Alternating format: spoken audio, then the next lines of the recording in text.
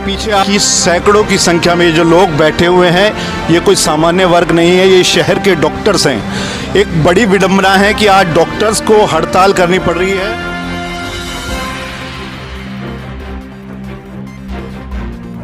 शांतिपूर्वक अपना एजिटेशन भी करना इस देश में, उस राज्य में, खासतौर से वेस्ट बंगाल राज्य में ये शांतिपूर्वक धरना करना भी कितना मुश्किल काम हो गया है।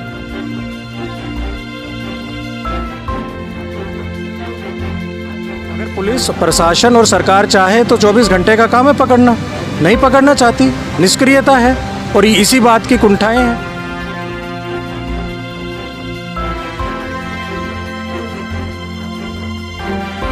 जनता के मन में एक डर पैदा हो ऐसी अमानवीय घटना करने से पहले वो 1000 बार सोचें, और जब ये सोच ऐसी अमानवीय घटना के लिए सोचना शुरू कर देंगे कि इसके नतीजे इतने खराब हैं।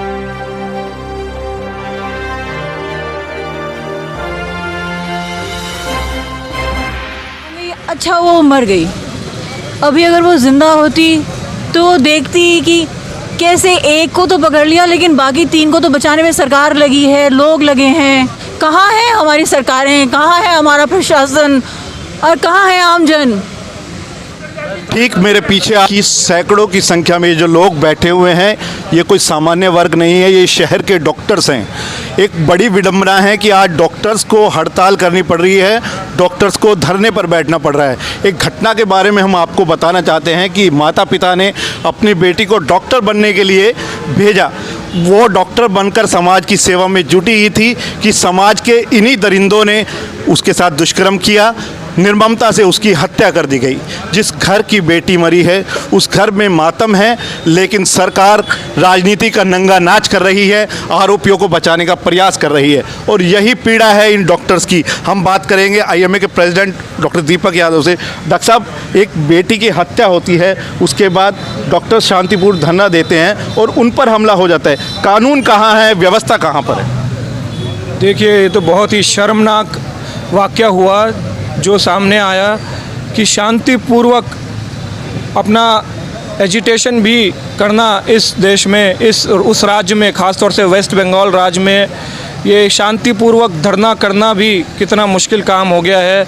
मतलब अगर आप किसी अन्याय के अगेंस्ट अपनी आवाज़ उठाते हो तो भी इस चीज़ की गारंटी नहीं है कि आपको न्याय मिलेगा, बल्कि कुछ वहाँ पे गुंडे और कुछ असामाजिक तत्व आके आपको तोड़फोड़ करेंगे और आपकी वो जो पूरा धरना है उसको तहस नहस करके अव्यवस्था फैलाने की कोशिश करेंगे।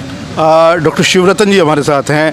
डॉक्टर साहब, एक जघन्य घटना इस समाज में हो रही है और आरोपियों को पकड़ने की बजाय आप जो आरोपी हैं उन्हीं को ही फ्रेम कर देते हैं, दूसरे लोगों को ले आते हैं। तो फिर मतलब कानून नाम की चीज़ कहाँ पर है? वही मैं आपको अभी थोड़ी देर में जब पहले बोल रहा था, वो भी उसका मतलब यही है कि जब तक राजनीतिक संरक्षण ख़त्म नहीं होगा अपराधियों का, तब तक हमारा समाज नहीं सुधर सकता। क्योंकि कल्प्रिट जो हैं वो क्राइम करके बेखौफ घूम रहे हैं, और क्राइम करने से पहले भी उनके दिमाग में कभी भी कुछ नहीं, थोड़ा सिकन होता, थोड़ा डर नहीं होता। क्यों? क्योंकि उनको पता है कि मेरे आका हाई ऑफिसेज में बैठे हुए हैं, और ये सच्चाई है। इसको जब तक हम एड्रेस नहीं करेंगे, जब तक हमारे पास वोटिंग राइट्स हैं, कहने के लिए वोटिंग राइट्स है, पर क्या हम उनका सही प्रयोग अभी कर रहे हैं कि सही लोगों को ऊपर भेजें, या हम सिर्फ अपराधियों को ऊपर भेज रहे हैं, या अपराधियों को संरक्षण देने वालों को ऊपर भेज रहे हैं? जब तक हम इस बात को एड्रेस नहीं करेंगे, हमारे समाज के साथ यही होगा। सीन ऑफ क्राइम और पोस्टमार्टम रिपोर्ट हम देखें तो किसी एक व्यक्ति का काम नहीं है, एक बड़े पॉलिटिकल इन्फ्लुएंसर्स इसमें शामिल हैं। क्यों नहीं सरकार उनको क्यों नहीं पकड़ पा रही है? सरकार पकड़ना नहीं चाहती, इसलिए नहीं पकड़ रही। आप समझ सकते हैं कि सरकार ना पकड़ना चाहे, मतलब सरकार पकड़ना चाहे और पकड़ ना पाए। और हर जगह सीसीटीवी लगे होते हैं, हॉस्पिटल है, सबको पता है कि कौन अंदर गया, कौन बाहर आया, उस टाइम क्या हुआ। अगर पुलिस प्रशासन और सरकार चाहे तो 24 घंटे का काम है पकड़ना, नहीं पकड़ना चाहती, निष्क्रियता है और इसी बात की कुंठाएं हैं डॉक्टरों में भी, समाज में भी, और समाज में होनी चाहिए। 10-12 साल पहले जो निर्भया कार्ड जिसको कहा जाता है, एक समाज से एक लड़की को कुछ हुआ, सारा समाज खड़ा हो गया।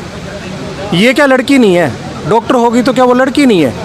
समाज क्यों नहीं खड़ा हो रहा उसके साथ? क्यों हमें बार बार एजिटेशन करके लोगों को बुलाना पड़ रहा है? क्या ये समाज की बेटी नहीं है? शहर की महिला चिकित्सक भी यहाँ धरने पर है और ये धरना है उस बेटी को न्याय दिलाने के लिए जिसकी चित्कार आज चारों ओर गूंज रही है। डॉक्टर साहब, एक बेटी है, डॉक्टर है, उसके साथ ये घटना हुई है। समाज में, सोसाइटी में हमारी बेटियाँ कहाँ सुरक्षित है? देखिए, सुरक्षा का अगर हम सोचें तो बेटियां इन जनरल महिला ही सुरक्षित नहीं है। आज से 10 साल पहले, 12 साल पहले निर्भया कांड हुआ और मैं कह रही हूँ स्थिति आज की उससे भी ज़्यादा ख़राब है। आज हमने बेटियों को पढ़ा लिखा दिया है, काबिल कर दिया, बाहर तो जाएंगी ही, लेकिन अब उनको हर तरफ से सशक्तिकरण देना आवश्यक है, चाहे वह पारिवारिक हो, सामाजिक हो या राजनीतिक लेवल पे हो। उनका खुले माहौल में काम करना बेहद आवश्यक है। डॉक्टर साहब, मैं पूछना चाहता हूँ कि बेटी को हम पढ़ाना चाहते हैं, माता पिता पढ़ाना चाहते हैं, अगर ऐसी घटनाएं साल में, 2 साल में होती रही तो कैसे अपनी बेटियों को बाहर भेजेंगे पढ़ने? ये एक बहुत ही महत्वपूर्ण सवाल आपने उठाया है। इसके लिए ही आज ये जो धरना प्रदर्शन है, जो हमारी आवाज़ है, इसीलिए ये बुलंद की जा रही है कि हम इन चीज़ों से, घटनाओं से डरने की बजाय हम इनसे उठें, इनसे ऊपर उठें, क्योंकि अगर ऐसा होता रहा तो खौफ होना जायज़ बात है और उस खौफ के रहते हुए हम फिर से वहीं पहुंच जाएंगे, बच्चियां फिर से घर में कैद हो जाएंगी। तो जब हम पढ़ा रहे हैं तो मेरा जैसा कहा है कि सशक्तिकरण लाएं, राजनीतिक लेवल पे खौफ हो, कोई भी अमानवीय घटना हो उसका तुरंत जो है रिजल्ट्स आएँ। जो भी जिसने भी अमानवीय एक्ट किया है उनको पब्लिकली पनिशमेंट मिले और वो सब जैसे हम हर घटनाओं को मीडिया लेवल पे दिखाते हैं, सामाजिक लेवल पे पोर्ट्रे करते हैं, तो वो रिज़ल्ट्स भी तुरंत जो अच्छे जस्टिफाइड रिज़ल्ट्स हैं उनको भी हम पब्लिकली शो करें, ताकि जनता के मन में एक डर पैदा हो। ऐसी अमानवीय घटना करने से पहले वो 1000 बार सोचें और जब ये सोच ऐसी अमानवीय घटना के लिए सोचना शुरू कर देंगे कि इसके नतीजे इतने ख़राब हैं तो कहीं ना कहीं उस पर रोक लग जाए। डॉक्टर साहब, बात उठ रही है सज़ा की, घटनाएँ हो जाती है, मनोवृत्तियाँ कई बार ख़राब होती है, पर उसके बाद न्याय में डिले, आप राजनीतिक संरक्षण दे रहे हैं आरोपियों को, कहाँ तक व्यवस्थाएं कहाँ रह गई? भाई मैं कहना चाहूँगी जो हुआ वो तो सब जानते हैं, सब पूरी कंट्री ने देखा, लेकिन मैं सोचती हूँ कि जब वो लड़की के साथ ये सब कुछ हो रहा होगा जीवन के आखिरी पलों में, उस पर क्या बीती होगी वो वही जानती है। मतलब कितने 4 लोग हैं, है ना, तो मैं कहूँगी अच्छा वो मर गई। अभी अगर वो ज़िंदा होती तो देखती कि कैसे एक को तो पकड़ लिया लेकिन बाकी 3 को तो बचाने में सरकार लगी है, लोग लगे हैं। कैसे मॉब, जब डॉक्टर्स वहाँ इकट्ठे हुए तो मॉब कैसे आई, 300 लोग आए और डॉक्टर्स को पीट के वहाँ से भगा दिया, लोगों ने अपनी जानें मुश्किल से बचाई। ये तो करा सो करा, जाके वो एविडेंस साइट पे चले गए, उन्होंने सारे एविडेंस मिटा दिए, पूरा सब कुछ डिस्ट्रॉय कर दिया ताकि वो जो असली क्रिमिनल्स हैं वो पकड़े ही ना जाए। मतलब मॉब का ये काम था। अगर आज वो लड़की ज़िंदा होती तो क्या देखती कि मुझे जस्टिस दिलाना तो दूर की बात, लोग उन दरिंदों को बचाने में लगे हैं और वो दरिंदे चाहे वो पॉलिटिशियन के बच्चे हैं या वो कोई भी है, बाकी 3 क्यों बाहर हैं, क्यों वो कंट्री से चले गए और हम लोग यहाँ बैठ के देख रहे हैं? कहाँ है हमारी सरकारें, कहाँ है हमारा प्रशासन और कहाँ है आमजन? डॉक्टर्स की पीड़ा को आप सुन रहे थे। इनका सवाल है कि सरकार कहाँ है, प्रशासन कहाँ है, कानून कहाँ है। ये सवाल सिर्फ डॉक्टर्स का नहीं, समाज के हर उस व्यक्ति का है जो इस पीड़ा को महसूस कर रहा है, हर उस परिवार का है जिसके घर में बेटी है। अब इन सवालों का जवाब देना सरकार का काम है, इन सवालों का जवाब देना प्रशासन का काम है। जनता पूछेगी, पब्लिक पूछेगी, वरना एक दिन विद्रोह इस देश में खड़ा होगा और उस वक्त किसी के पास जवाब नहीं होगा। दस्तक हरियाणा के लिए के यादव के साथ अमित सैनी की रिपोर्ट।